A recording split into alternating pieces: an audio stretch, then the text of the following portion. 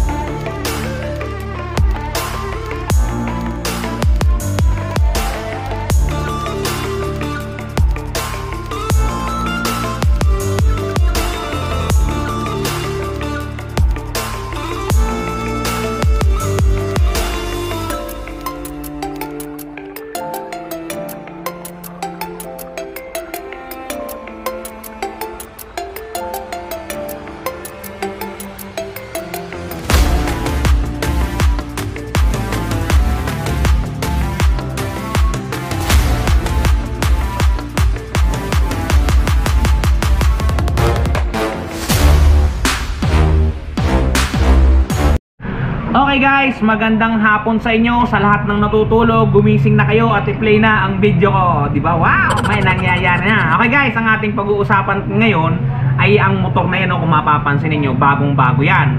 Kailan lang yan nilabas guys? Parang mga 3 months pa lang kung hindi ako nagkakamali. Talaga namang solid na solid.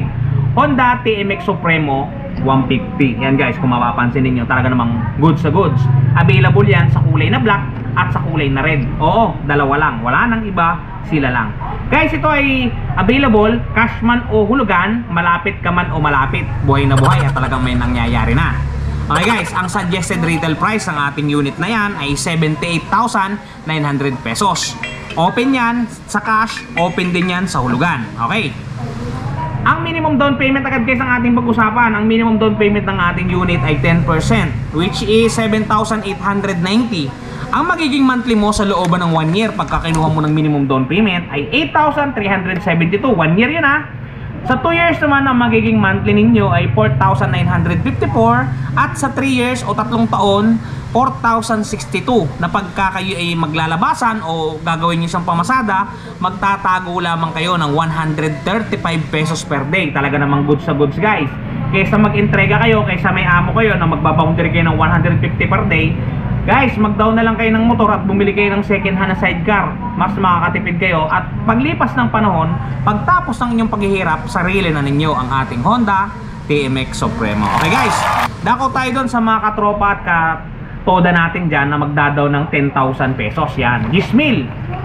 Pagka nag-down kayo ng Gismil, ang magiging monthly nyo sa loob ng 1 year ay 8,145. Kapag 2 taon naman ay 4,713 at kapag 3 taon ay 3,948. Pagka araw-araw nyo siyang isusubi, kumari magiiwan kayo ng pera sa misis ninyo, mga entrega kumari, magtatago lang kayo ng 131 per day. Talaga namang buhay na yon.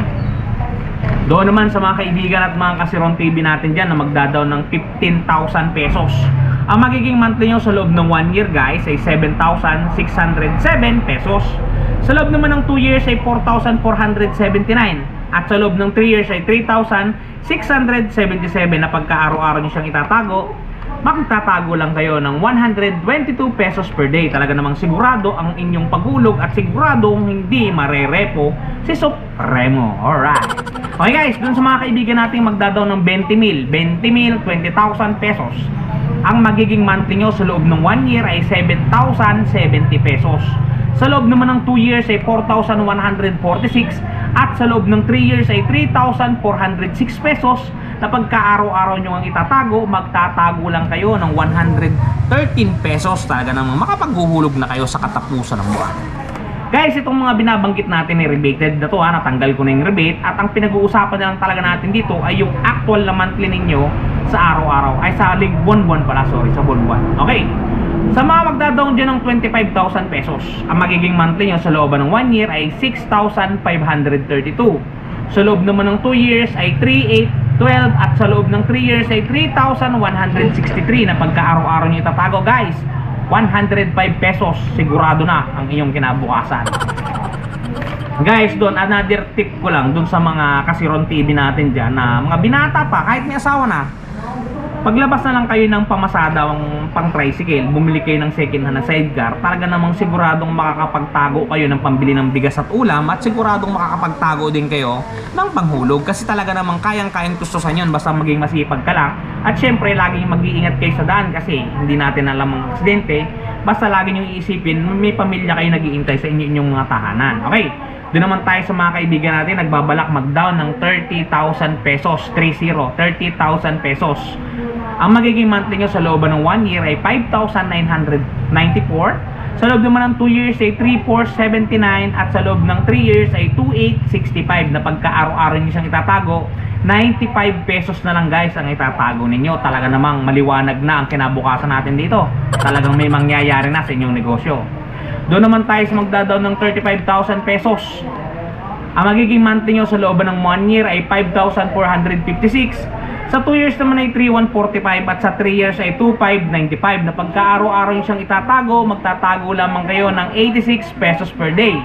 Doon naman sa magdadaw ng 49% pala, sorry, 49%. Ito kasi yung maximum down payment ko dito sa ating Kodigo.